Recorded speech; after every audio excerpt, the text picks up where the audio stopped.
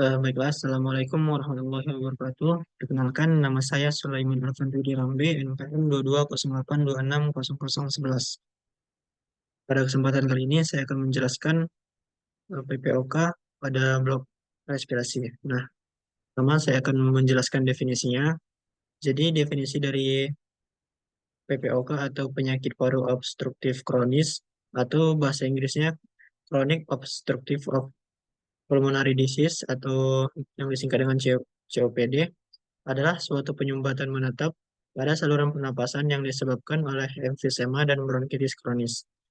Nah, PPOK adalah sekelompok penyakit, penyakit paru menahun yang berlangsung lama dan disertai dengan peningkatan resistensi terhadap aliran udara. Nah, sekelompok penyakit paru tersebut adalah bronkitis kronis, emfisema paru-paru, dan asma bronkial. Adapun faktor resiko dari PPOK ini, yang pertama ada merokok. Jadi merokok merupakan resiko utama terjadinya PPOK. Kenapa merokok? Karena sejumlah zat iritan yang ada dalam rokok menstimulasi produksi mukus berlebih, seperti batu, merusak fungsi silia, menyebabkan inflamasi, serta kerusakan bronkiolus dan dinding alveolus. Nah, faktor resiko lain termasuk polusi udara, rokok pasif, riwayat infeksi saluran nafas saat anak-anak, dan keturunan. Paparan terhadap beberapa polusi industri di tempat kerja juga dapat meningkatkan resiko terjadinya PPOK. Ada juga faktor risiko lain seperti hiperaktivitas bronkus, riwayat infeksi saluran nafas bawah yang berulang, defisiensi antitripsin alfa 1 yang umumnya jarang terdapat di Indonesia, dan yang terakhir ada usia. Nah, selanjutnya ada patofisiologi dari PPOK. Nah, patofisiologi PPOK bronkitis obstruksi kronis merupakan akibat dari inflamasi bronkus yang merangsang peningkatan produksi mukus, batuk kronis, dan kemungkinan terjadi luka pada lapisan bronkus. Berbeda dengan bronkitis kronis, manifestasi bronkitis kronis berlangsung minimal 3 bulan selama 1 tahun dalam 2 tahun berturut-turut. Bila pasien memiliki resiko FEV1 atau Forced Expiratory Volume in 1 second per FPC atau Forced Vital Capacity kurang dari 70% setelah pemberian bronkodilator, maka pasien tersebut dapat didiagnosis bronkitis obstruktif kronis yang menunjukkan pasien memiliki kombinasi obstruksi paru dan batuk kronis. Nah, bronkitis kronis ditandai dengan hal-hal berikut. Yang pertama ada kesulitan bernapas. Jadi penderita PPOK itu sering mengalami kesulitan dalam bernapas, terutama setelah melakukan aktivitas fisik. Selanjutnya ada batuk yang merupakan gejala umum dari PPOK. Ada mengih, yaitu suara tambahan yang seperti berdengung saat bernapas. Selanjutnya ada rasa berat di dada. Selanjutnya ada penurunan berat badan yang signifikan dan lemas atau kehilangan kemampuan.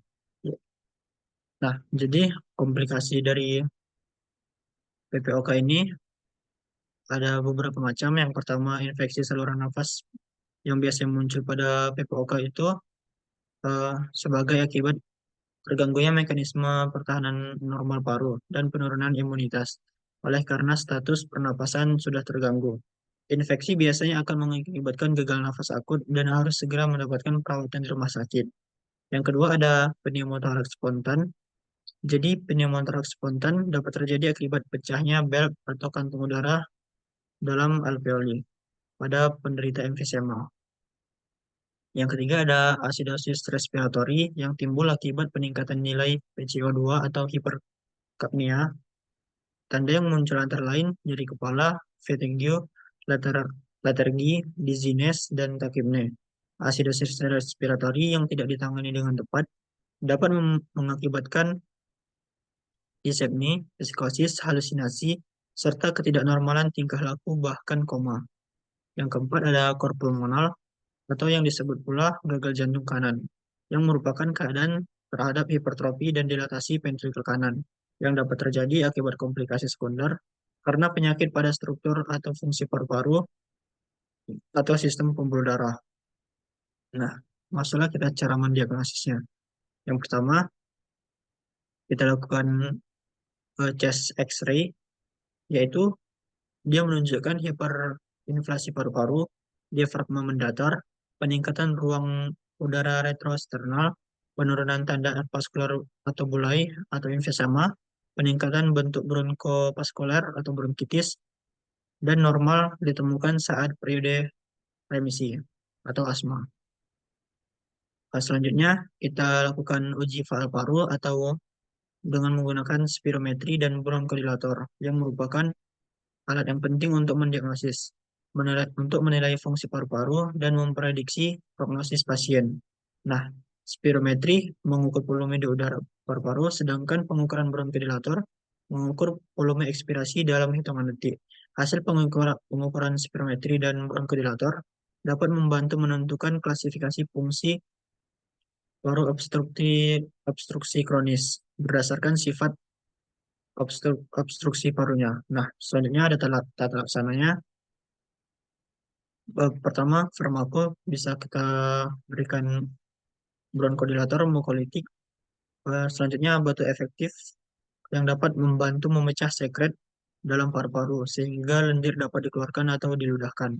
Caranya, pasien diposisikan duduk tegak dan menghirup nafas yang dalam. Lalu setelah 3 kali nafas dalam, pada ekspirasi ketiga, nafas dihembuskan dan dibatukkan. Lalu fisioterapi dada yang meliputi perkusi, vibrasi, dan postural drainase. Tujuan dari intervensi ini untuk membantu pasien bernafas dengan lebih bebas dan membantu dalam pembersihan paru dari sekret yang menempel di saluran napas. Tindakan ini dilakukan bersamaan dengan tindakan lain untuk lebih mempermudah keluarnya sekret. Contohnya seperti suction, batu efektif, pemberian nebulizer, dan pemberian obat ekspektoran. Sebelum pasien dilakukan fisioterapi, terlebih dahulu evaluasi kondisi pasien dan tentukan letak di mana sekret yang tertahan untuk mengetahui bagian mana yang akan dilakukan fisioterapi dada. Bronkodilator merupakan pengobatan yang dapat meningkatkan FEV1 dan atau mengubah variabel spirometri. Obat ini bekerja dengan mengubah tonus otot polos pada saluran pernapasan dan meningkatkan refleks bronkodilatasi pada aliran ekspirasi dibandingkan dengan mengubah elastisitas paru.